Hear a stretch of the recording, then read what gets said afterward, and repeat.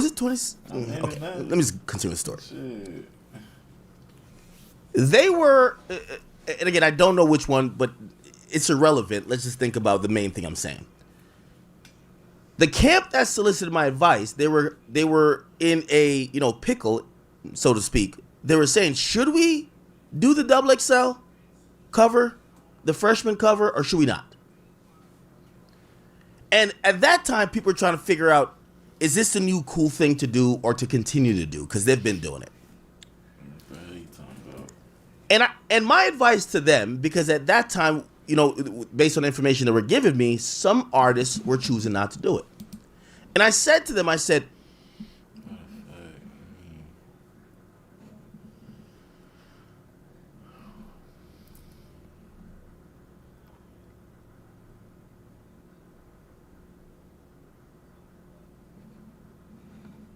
these new Dwight Howard allegations are very disturbing.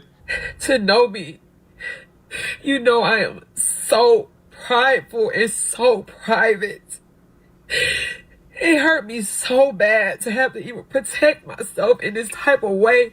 That's Dwight Howard's wife, Amy, and she released that video about 30 minutes ago. She proceeds to go in on Dwight Howard and exposes him. Now, she will list out her reasoning for why she's exposing Dwight Howard at this moment. She will say, I can admit it right now, I feel ashamed. I cringe when I see couples take their issues to the internet, but I was humbled with understanding because now look what I have to do to protect myself. My husband put himself in a position that resulted in CPS being called to our house 3 times in less than 2 months. But 3 days ago, they were called again and they left with our daughter. I have personally had to call the police on them 3 times in barely 14 months marriage. Everyone around me told me you made a commitment through sickness or health, and that played with my mind after I filed for divorce at 6 months. I came back because honestly, I tried to listen to the married people around me who said it was too soon to walk away. But now, what I've gotten myself into, my stepson is only 12 years old. When CPS and police came to take our daughter, my husband needed an alibi to collaborate a lie. I told him I wanted no parts. In return, he coached my stepson to lie. I recorded me talking to my stepson. You can hear him replying to me, telling him, I know daddy made you lie on me to police. You hear him replying, feeling guilty for following daddy's rule. You'll hear me tell my stepson, I still love you, and he replies, I love you too. My stepchildren love me. I could say so much about the pain I've personally endured, but it's about these children. I am deeply heartbroken right now to have to advocate for minors' voices and in return lose a marriage that I was so happy to be in. She then proceeds to get into this very vague story where she accuses Dwight Howard of doing things to his kids. Hold on real quick. Let me, you know what I'm saying? Roll this dope real quick. I'll be right back.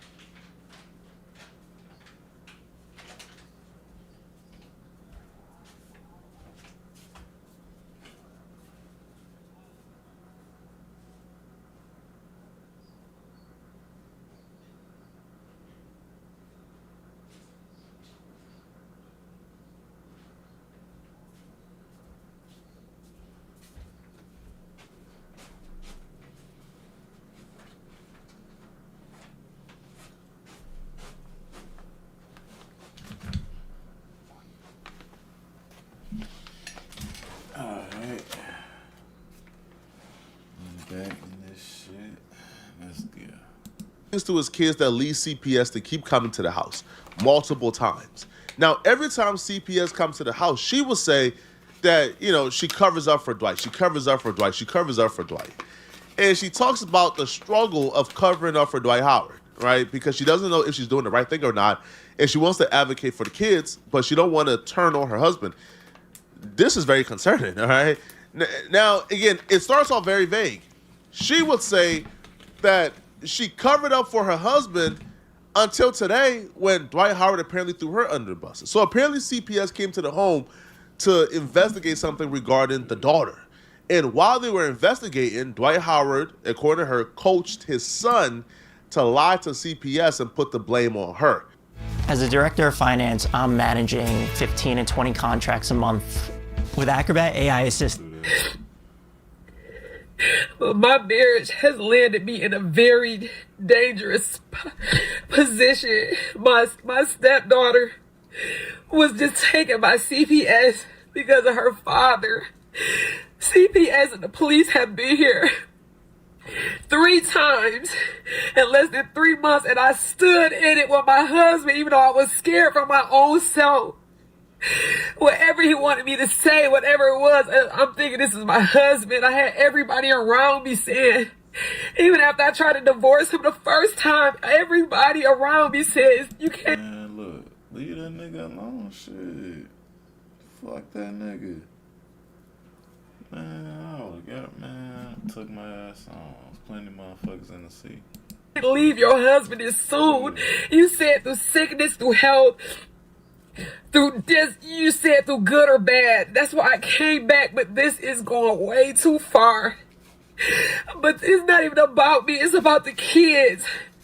The stuff that I have to go through with the kids, I have to be witnesses to. I'm in the police at the house. They ask me questions. I don't know how do I lie for my husband. I've never been married before. I'm in love with my husband. I don't want him to get in trouble, so of course I'll be his alibi, but this is going way too far. And now I'm getting mixed all in this. I've been with this man for 14 months. I cannot ruin my entire life for something that this person is doing. I just cannot do it. I tried to get so much help. I asked for counseling in our marriage. We went through 2 different counselors. When I say I love my husband, I don't want to leave my husband. But the positions he keeps putting me in, and it's all over nothing. I keep telling people he needs some help, y'all. I live with him.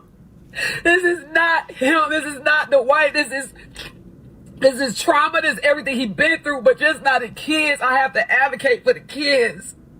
And I can't go down for what he's doing. So they took our daughter. And I'm just sitting there like, do I speak up? Do I be quiet? What do I do? But I caught this man. I caught this man forcing our 12-year-old son to cover for him, his son, to cover for him. He had him lying. I recorded it. It gets to a point in the story where I have no type of sympathy or empathy for any of the adults in the story, Amy nor Dwight, right? The only people that I'm concerned about is the kids, because it still looks like Amy is still trying to protect Dwight, right? Because she talks in, like, it's vague, right? Tell us what Dwight is doing to the kids. Tell us. Tell us what you had to lie to the investigators and to CPS when they came to the house. What did you lie about? Because if kids are being harmed, we need to know. If Dwight is harming these kids, we need to know. But it looks like she's still protecting Dwight. She's still refusing to tell us what Dwight is doing to these kids. But then she's telling us, hey, I want y'all to help me help Dwight get off drugs. Then it gets to this bizarre part where she pulls out bags of drugs and shows us how much drugs Dwight is doing. Now, Dwight got like a half a key, like, of the booger sugar just in the house. I mean, this is drug use I've never seen before. But I guess this is what you do with drug use if you are, you know, a 100 millionaire. But Amy is crying, and I'm like, yo, again, I felt sorry in the beginning of the video. Towards the end, I felt no pity because she's still protecting Dwight. Tell us what Dwight is doing to these kids. Tell us what exactly Dwight is instructing you to lie to CPS about. Because if kids are being harmed, We don't care about Dwight's drug use or y'all marriage. We care about these kids, baby. He was coaching our son to lie on me, and I had to record it. And it's this shit. I try to tell everybody he needs some help, and ain't nobody would have fucking listened because he got the money. I kept saying, whatever, y'all don't understand. I live with him. He needs some help. And this is it. This is what I'm losing my marriage to. This right here. I told everybody, y'all gotta help him. He is spiraling. I'm in here with him. I'm trying to love him through it. I was gonna run out the door. I was gonna leave him. But everybody told me, don't leave him. He's... Bro, how you... Damn, Dwight, how you gonna do that to yourself, bro? God damn. struggling. I stayed, but not this year. We got the police involved. CPS, you're lying on me. You making up alibis. You got our son, my stepson, lying. And thank God I recorded it. And he innocent in this, but you said just to protect yourself, you would take anybody out, including me, and I can't let you do it no more. I don't want to share the dirty secrets. I don't want to go out like how everybody else did this, man. But I got to protect myself now. I'm uncomfortable. Now, I don't know what is going to... I don't know. I'm uncomfortable. This man has the money. This man controls it all. And it's not about no money. I've been with this man for 14, 15 months. I never asked him for $1, nothing. I'm not on the credit cards. I just love him for him. But this shit is going too far. And I'm so embarrassed. And I gotta even I'm just like, I don't know what to do. When I heard my stepson being coached to lie on me, I gotta protect myself now, and I know it's supposed to be through sickness and health, but this shit is scary. Let me get this straight, okay? So you was comfortable protecting an abuser of children as long as that person didn't turn on you and throw you under the bus. But because the abuser threw you under the bus, now you're coming to the public asking for our help. Do you understand how crazy that is, man? If this man is violating children, he shouldn't see the light of day. You should tell what the secrets are. But she says, I don't want to tell the dirty secrets. Why? Why? I'll be real, bruh. If it was up to me, CPS is coming and taking every child out that household until we know what those dirty secrets are. Because that sounds troubling.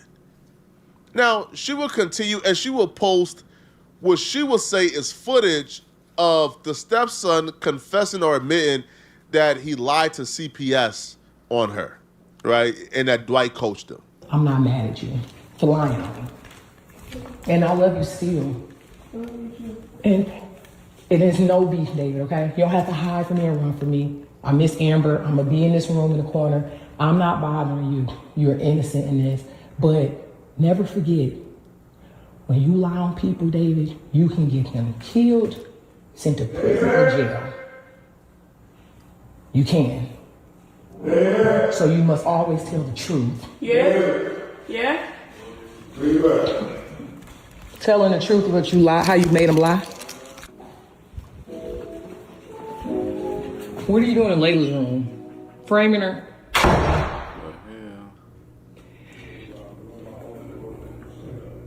He's literally in her room, framing her. And I'm going to record it all. Why is everyone ditching their old mattress for this one? I now understand why this viral Nectar mattress has thousands of 5-star reviews. I got the luxury sleep bundle with memory foam pillows, a full sheet set, and a mat. If this is your introduction to Dwight Howard and his family dynamics, boy, I have to tell you, the rabbit hole runs a little deeper. There's a lot more nasty things in regards to Dwight Howard and his kids that are out there. I think one of his sons is like a serial predator. Like, this kid was out here touching other kids. I think it was already like found out that he actually did this and they had to take him out the home for a brief time for therapy. So there's a lot of weird things going on with this family that's already been going on. This time around, apparently there's some more nasty stuff going on that they won't tell us. Now, just me knowing and being privy to the first incident regarding Dwight Howard's son that was out here touching them little kids, we need to know what's going on. Because the history of the family dynamics tell us that kids are being victimized. Either they're being victimized by other kids or by adults. This situation gets crazier because Dwight Howard's first baby mama reacted to Amy going public with her issues with Dwight. The first baby mama will say that when Amy and Dwight first got together, she came public with similar accusations against Dwight Howard that Amy is going public with now. But when she came out with the accusations against Dwight Howard, Amy joined Dwight Howard to slander her, defame her, and call her crazy. And Amy will say that she was only coming out and accusing Dwight Howard of these things because she wanted Dwight Howard and Dwight Howard didn't want her. Fast forward, now Amy is coming out with the same allegations that Amy called her crazy for. Until you do right by me, it's always weird. Oh, bro. It's been about the kids. It's always been about the kids. Now you want to speak? I'm still blocked up, so I can't see what you're saying. But now you want to speak because he brought you into it? Girl! It's everybody else's fault? Wow! So you just don't think any of us fell for the antics either, right? None of us fell for the narcissism. Are you crazy, Amy? Amber? What is it? Like, are you serious right now? You called me crazy, right? You said I was jealous. You said I wanted him when it's always been about the kids. And now you want to sit here and cry and sit here and be like, it's because of what everybody else did to him. No, it's because of what he does to people. I was just first. I was collateral damage. Let's call Royce crazy. And people will believe it because I'm baby Jesus. Girl, shut up. There's a time and place. I don't think any adult should be celebrating the fact that kids are being abused. See, I told you my child was being abused by Dwight and you didn't listen to me, so now I'm celebrating that somebody else's kid is being abused. Bro, what type of woman would do this? It's sickening. All of these adults, they're weird. And they need to seek help. And if Dwight is the perpetrator, then turn Dwight in. But at this point, it sounds like y'all are all protecting Dwight. Let me know in the comment section, what do you guys think about this? And if you're still watching this video and you want to watch another good video, click on this video right here somewhere on my screen to find out how 50 Cent's downfall just keeps getting worse.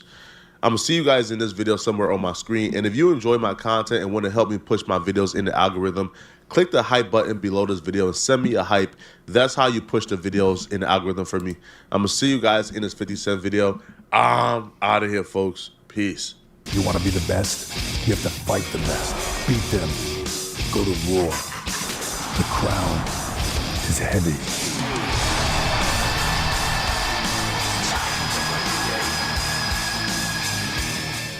When you get car insurance with Lemonade, you get a price based on you. If you drive less, you save. If you drive safely, you save. Whatever your age. We see you new drivers. Sign up through the Lemonade app or at lemonade.com/car.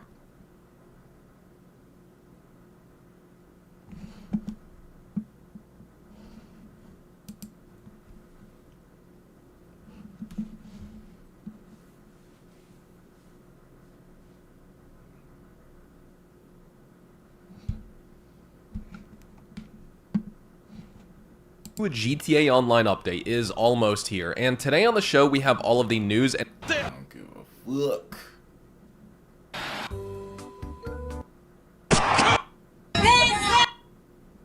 Revolutionary pendant, brighter than ever. 50 plus float. Gun. You gotta look at the structure of how the game is being played. What is going on, guys? Welcome back to the channel for this really quick video, and today we'll be talking about animation thresholds. Grab those morphers and ready up your...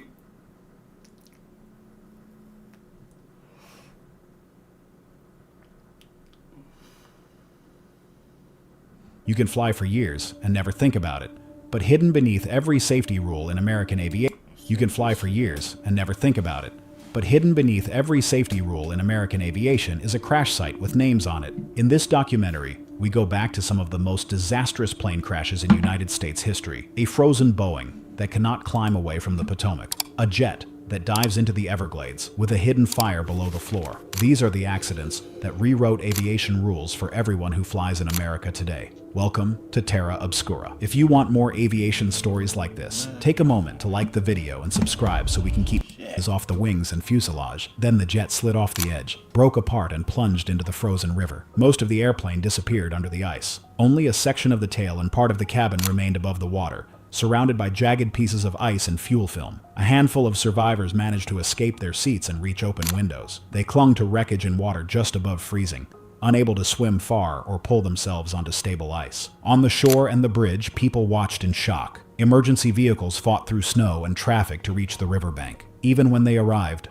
rescuers could not simply wade out through the ice. The current was strong. Anyone who went in risked quickly losing strength and disappearing under broken ice. A United States Park Police helicopter arrived and began hovering low over the river. The crew lowered a rescue line again and again toward the survivors in the water. In the end, only 5 people from the airplane survived. 74 passengers and crew, plus 4 people on the bridge, lost. Damn. That's fucked up, man. But I did run on the plane twice. Just twice. Their lives. The images that went around the world were not only of wreckage, they showed a torn tail standing in a field of ice, a helicopter hovering inches above the water, and exhausted survivors being dragged across snow and broken ice to the shore. Investigators later found no single hidden defect that made the crash unavoidable. The key causes were human and procedural. The crew took off with ice on critical surfaces, did not use engine anti-ice, trusted power readings from iced probes, and did not reject the takeoff when their instruments looked wrong. Ground de-icing practices and training also fell short of what the conditions demanded. Out of the Potomac disaster came stricter rules for winter operations across the United States. Airlines tightened de-icing procedures, changed checklists, and reinforced a simple rule for crews. If there is any doubt about contamination on the wings, the airplane does not leave the ground. Delta Airlines Flight 191 was meant to be a routine evening stop on the way from Fort Lauderdale to Los Angeles. On August 2, 1985, the wide-body trijet was descending toward Dallas-Fort Worth International Airport with 163 people on board. Thunderstorms were sitting. Imagine being able to build anything just by thinking about it. Meet Base 44, a complete AI near the airport with dark clouds and rain shafts just off the approach to runway 17 left. From the cockpit, the crew could see lightning ahead but decided to continue. The plan was to slip under the edge of the storm and get in before it grew worse. On final approach, gear down and flaps set, they flew into a curtain of heavy rain hanging from the cloud base. At first, the airspeed jumped. The airplane had flown into a strong headwind, the front side of a microburst. To stay on the glide path, the pilots pulled the power back. Seconds later, everything flipped. The headwind collapsed into a tailwind, and a powerful downdraft shoved the jet toward the ground. The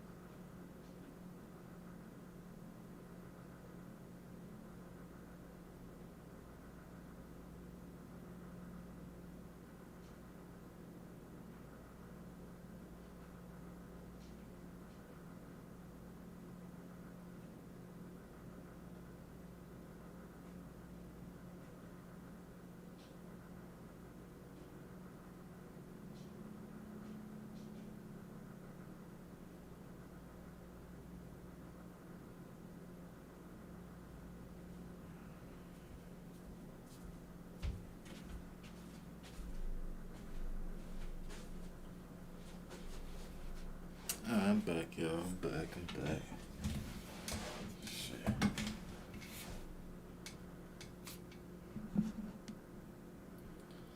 Airspeed dropped, lift disappeared, and the airplane started sinking fast. In the cockpit, one pilot warned, "Watch your speed," and the captain urged more power. But by the time the thrust levers went fully forward, they were already too low and too deep inside the microburst to climb out. Short of the runway, the jet slammed into an open field north of a highway. The main landing gear gouged through the wet ground, then the aircraft bounced and skidded toward Texas State Highway 114. It struck a car on the road, killing the driver, then broke apart as it crossed the highway, hit light poles, and finally smashed into two large water tanks at the edge of the airport. The front 2/3 of the fuselage disintegrated in a fireball. Only the tail section separated relatively intact and slid backward into the rain-soaked grass. Airport fire crews reached the wreckage within minutes and found debris scattered over a wide area, burning fuel, twisted metal, and the torn tail lying on its side.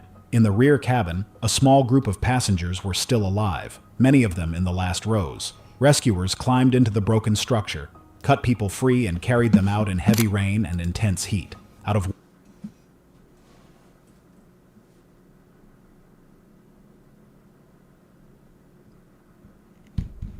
August 28th, 1990. This was just another ordinary day in Plainfield. And then, without warning, You know Illinois for its farmland, its big cities like Chicago, and it's had nearly 2,000 residents. Small but thriving community, with homes, a school, and a general store.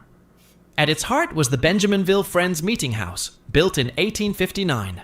It's a busy morning at the Walmart Supercenter in El Paso, Texas.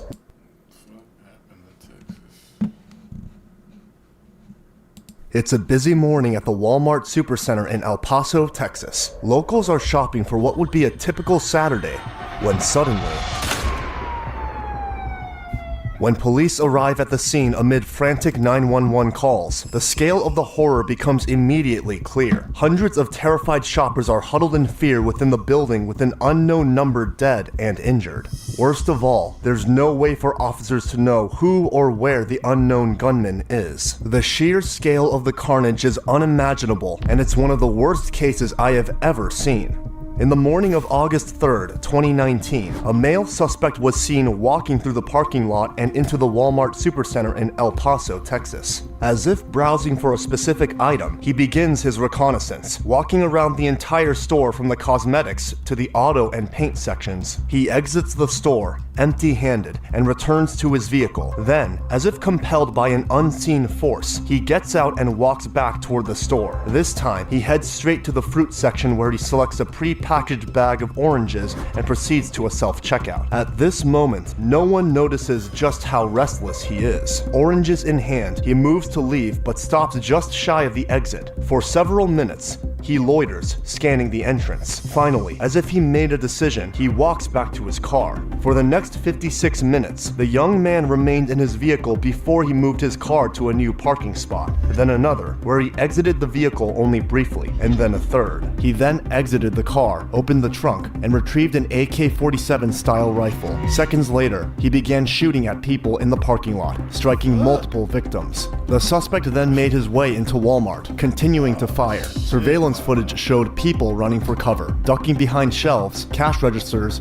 and product displays. Others lay on the ground pretending to be dead in hopes of avoiding detection. Some employees guided customers to emergency exits, while others hid in storage rooms or behind locked doors in the break area. The gunman moved through different sections of the store, firing at random. The shooting inside the building lasted approximately 3 minutes. After leaving the store, the suspect fired at a passing car in the parking lot, killing another person. He then entered his vehicle and drove away from the scene. The suspect drove to a nearby intersection where he surrendered to a Texas Ranger and an El Paso motorcycle officer, coldly identifying himself as the shooter. He was then taken into custody and identified as 21-year-old Patrick Wood Crucius. As investigators pieced together the shooter's path through that year-old Patrick Wood.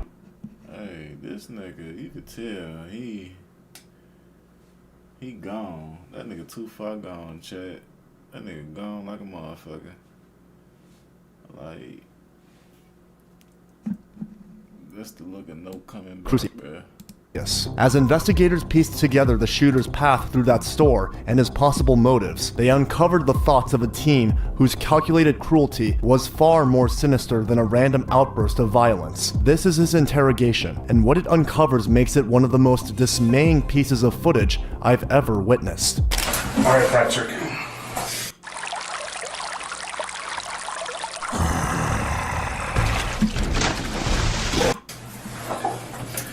Today is August 3rd, 2019, and the time right now is 1:21 p.m.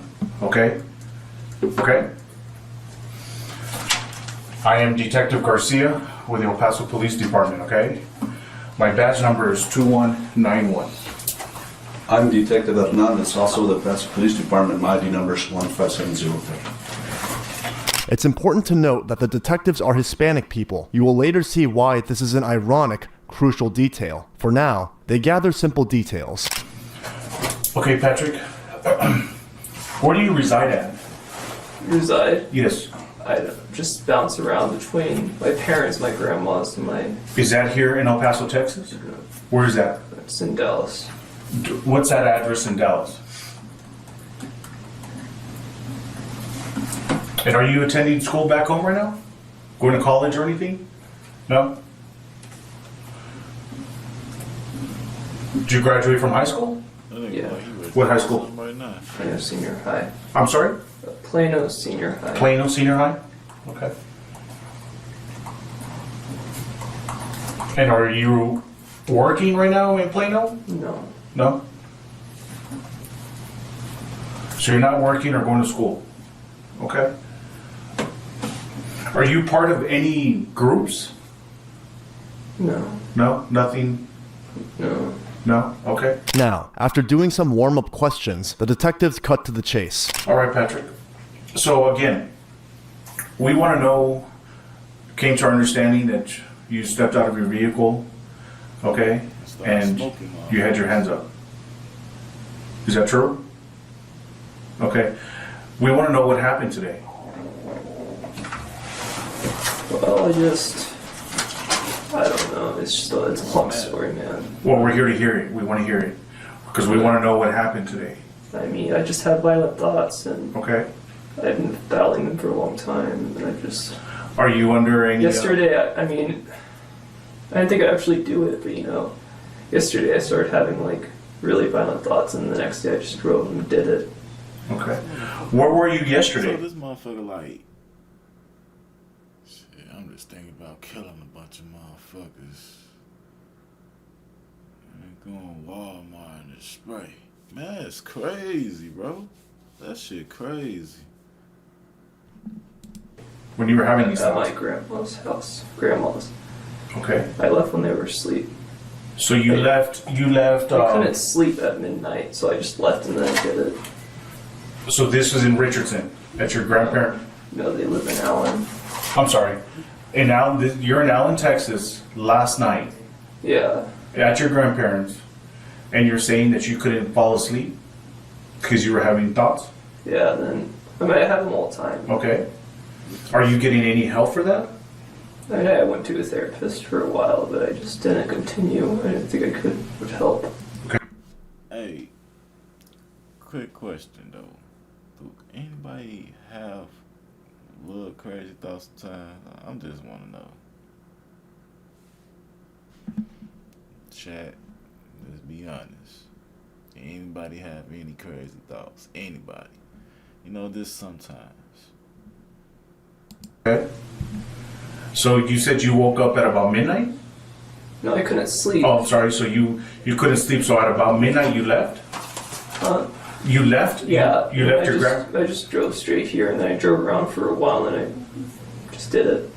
Okay. As they retraced his timeline for the day, he revealed a critical detail. He had been seeing a therapist for some time. He claimed to have been struggling with violent thoughts, and only attacked because he couldn't stand it anymore. In the days leading up to the shooting, Patrick had quietly given away a lot of his personal property. Such behavior is a chilling pattern seen in other attackers. Is the gun registered under you? Yeah. So you purchased it? And how long ago did you purchase it? Maybe like a month or two. Back in Allen? That nigga went to the dark side, chat. His legs shaking and shit. Look at Yeah. this shit. You ready to stab some shit Okay. like that. And did you only purchase, is that the only gun you had with you? Okay. How much did you buy the gun for? You don't remember? I don't remember. Okay. Did you buy it at a gun store? Where'd you buy it at? Off the street? No. I bought it offline. Okay. I don't think you can get AKs at. Well, I don't know. That's why I'm just asking you. Yeah, I just got it from like Romania or something. Okay. And then you ship it in, and then I did all the paperwork and stuff. Okay. And then you bought the ammo along with the gun, or you bought the ammo later on? I think I've wanted a gun for a long time, so I bought the ammo like a long time before I got the gun. Okay. So then you jump in your truck. Your car. Okay. Car. Your Honda Civic car. Okay. We're gonna take a quick break, okay? Real quick break. Okay? The detectives step out for 10 minutes, and when they come back, they try to run through the timeline with Patrick. You were in Allen, Texas, at your grandparents' residence. You couldn't fall asleep. You jump in your Honda Civic with an AK and ammo, and you start driving over here. Okay? And you said it's because you have a lot of violent tendencies, correct? Or Yeah. okay. And you This nigga crazy. He lost his marbles. But shit.